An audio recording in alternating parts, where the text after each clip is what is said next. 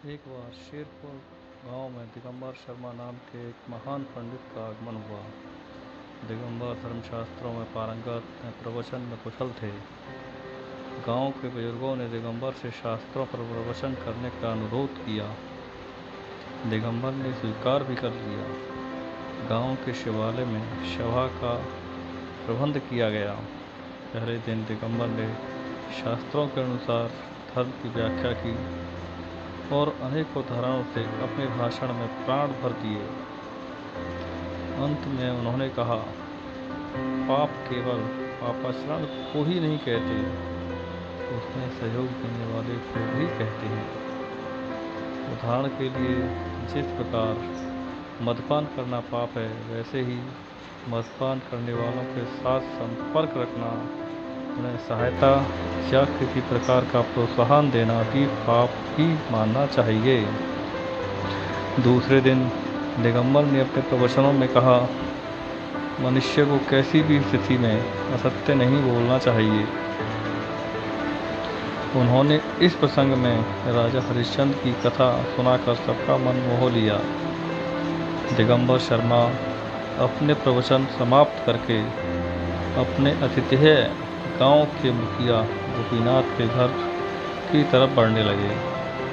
रास्ते में सियाराम नाम के एक युवक ने उन्हें प्रणाम करके कहा, पंडित जी, आपने धर्म की अनेक सूक्ष्म बातों को मर्मस्पर्शी शैली में प्रकट किया है। मैं अपने जीवन को उनके अनुरूप डालने का प्रयत्न करूंगा। यह कहकर सियाराम चला गया। युवक सियाराम की बात सुनकर पंडित दिगंबर शर्मा को अत्यधिक प्रसन्नता हुई। वे साथ आ रहे मुखिया गोपीनाथ से बोले, आज के ज़माने में किसी आदर्श का पालन करने वाले युवकों का नितांत अभाव हो गया है। ऐसी स्थिति में सियाराम की प्रशंसा करनी होगी, जो सुने हुए को अमल में लाने का इच्छुक है।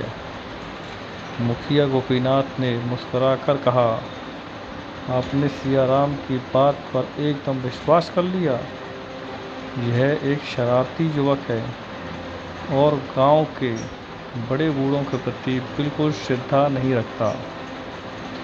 मुझे तो पूरा संदेह है कि कोई अवसर ढूंढकर आपकी मजाक उड़ाना चाहता है। दिगंबर कुछ क्षण मौन रहकर बोले, आदमी का यह स्वभाव होता है, वह दूसरों की सच्चाई पर विश्वास नहीं करना चाहता। पर मेरा विश्वास है कि सियाराम ने जो कुछ कहा है वह सच है और उसने मेरे प्रवचन को पूरी तरह हृदयंगम किया है। दूसरे दिन प्रातःकाल दिगंबर शर्मा गोपीनाथ के चबूतरे पर बैठकर किसी से बात कर रहे थे कि सियाराम ने उन्हें प्रवेश करके उन्हें प्रणाम किया।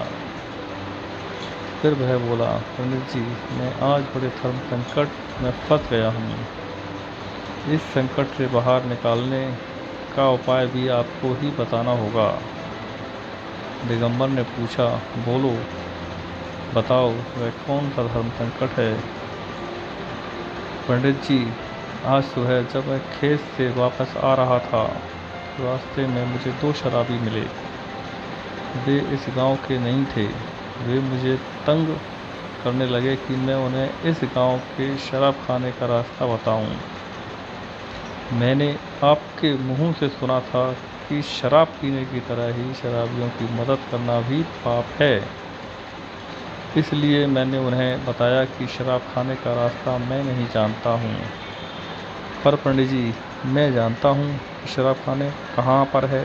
बाद में जब उन्होंने इस घटना पर विचार किया तो मुझे लगा कि मैंने झूठ का सहारा लिया है। वे शराबी भी अभी तक सड़कों पर भटक रहे हैं। सियाराम ने कहा। दिगंबर ने कुछ हंसकर कहा, इसमें धर्म संकट की कोई बात नहीं है। तुमने जो कुछ किया है ठीक किया।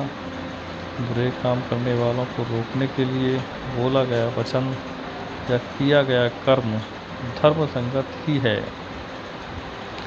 दिगंबर का उत्तर सुनकर सियाराम जोर से बोलने लगा, अरे आप भी कैसे पंडित हैं?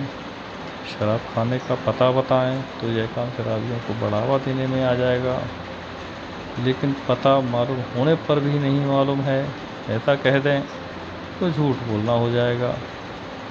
ऐसे समय में क्या करना चाहिए? क्या यह बात शास्त्रों में नहीं बताई गई है? मुखिया गोपीनाथ को पहले ही संदेह था। अब बाहर शोर सुना तो वह समझ गया कि सियाराम ने दिगंबर शर्मा के सामने अवश्य ही कोई बखेड़ा खड़ा किया है। इस बीच कुछ लोग बाहर जमा हो गए थे।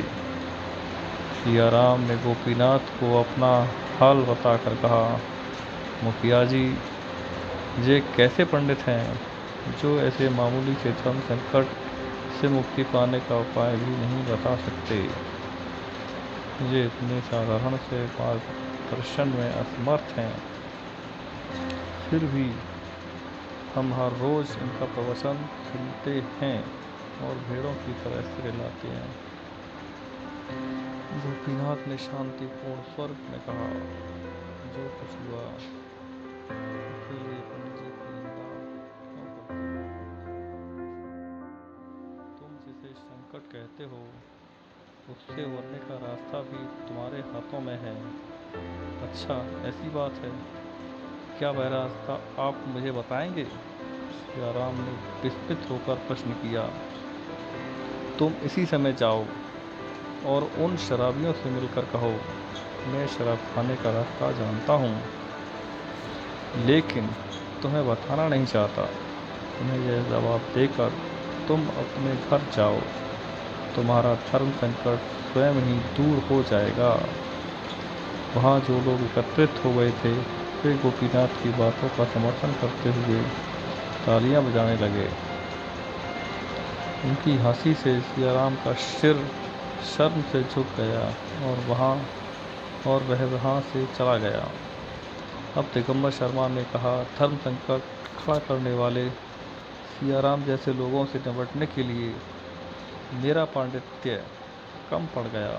वास्तव में ऐसी समस्याओं के हल में पांडित्य की नहीं, व्यवहारिक ज्ञान की जरूरत है। इस क्षेत्र में मुखिया गोपीनाथ जैसे व्यक्ति ही सफल हो सकते हैं।